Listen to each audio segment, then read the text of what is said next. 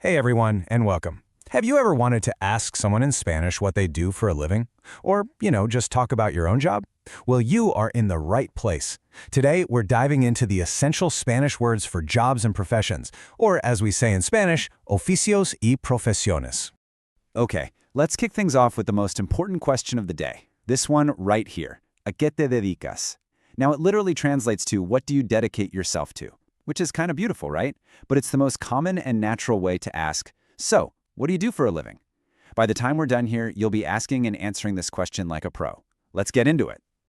So, to make all these new words stick, we're actually going to take a little walk through a city, and we're going to start where every day begins, right in the local neighborhood. Just imagine it's early morning, the sun's peeking out, and the whole community is just starting to wake up. First stop is the local market. You can almost smell it, can't you? That fresh bread baking, the sounds of shopkeepers setting up for the day.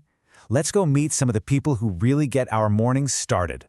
First up, at the bakery, we have el panadero, that's the male baker, and la panadera, the female baker. Did you hear that? The ending sound shifts from a masculine O to a feminine A. It's the same pattern for el carnicero and la carnicera, the butcher, and for el cocinero and la cocinera, the cook. This is a super common rule in Spanish, so it's a fantastic one to get down early. Okay, as we keep walking, we pass by a house that's being fixed up. There's a whole crew of talented people here. I mean, these are the folks who literally build the world around us. We can see el plomero, or la plomera, the plumber, and over there, el carpintero, or la carpintera, the carpenter. Down the street, someone's car is getting a tune-up from el mecánico, or la mecánica. But wait, check this one out, albañil, the construction worker. For this job, the word itself doesn't change. Whether you're talking about a man or a woman, you just switch the little word in front, el albañil or la albañil, a neat little exception to tuck away. And of course, every neighborhood has its heroes, right? You might see el policía or la policía on patrol, just making sure everything's safe. And if there's an emergency, you can always count on el bombero or la bombera, the firefighter. All right, our little tour continues. We're hopping on a bus, waving goodbye to the quiet neighborhood, and heading straight into the heart of the city, downtown. You can feel the change in energy. The buildings are getting taller, the streets are way busier. This is where you'll find all the big offices, the clinics and hospitals, and they're all filled with a whole different group of professionals. Let's peek inside a clinic. Here we'll meet the medical team. There's el doctor and la doctora. See that pattern? The ending goes from or for masculine to ora for feminine. Then you have el enfermero and la enfermera, the nurse. And get this, el dentista and la dentista. See? The word itself stays the same, just the article changes. Learning these little patterns makes everything so much easier. Let's step inside one of these giant glass towers now. You can just feel the buzz. People are busy at their desks, working on all sorts of projects that really shape our world. In here, we find el abogado, the lawyer, and el arquitecto, the architect, probably poring over some blueprints. We also see el ingeniero, the engineer, solving complex problems. And finally, el periodista, the journalist, who's getting the news out to all of us. And here's a pro tip. See that ista ending? That's your clue that the word is usually the same for both men and women. Okay, let's hit pause for a second and just break this down. This chart sums it all up beautifully. So most jobs ending in O will change to an A for the feminine form. Think abogado to abogada.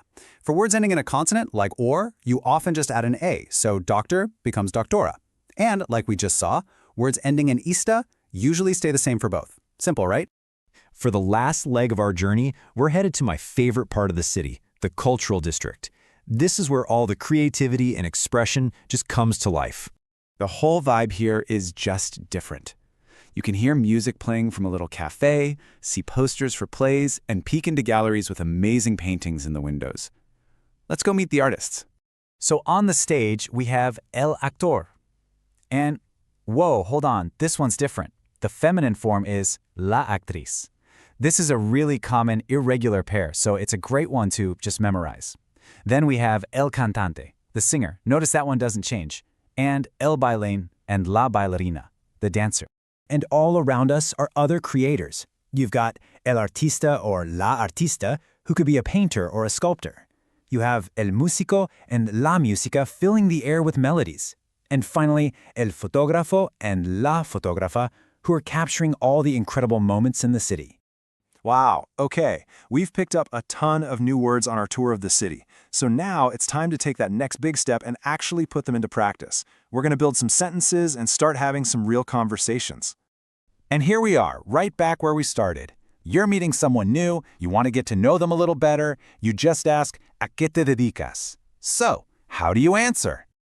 Well, it's actually super simple. You just say soy, which means I am, and then your profession. For example, soy ingeniera. Now, a really important tip. In Spanish, you don't use a or an like we do in English. You wouldn't say I am an engineer. You just say I am engineer, soy ingeniera. So what if you're talking about someone else? It's just as easy. You use es for he is or she is. So you could say, ella es enfermera, which means she is a nurse, or él es doctor, he is a doctor. Easy peasy. Now what if you're talking about a group of people? You just make the profession plural. It's that simple.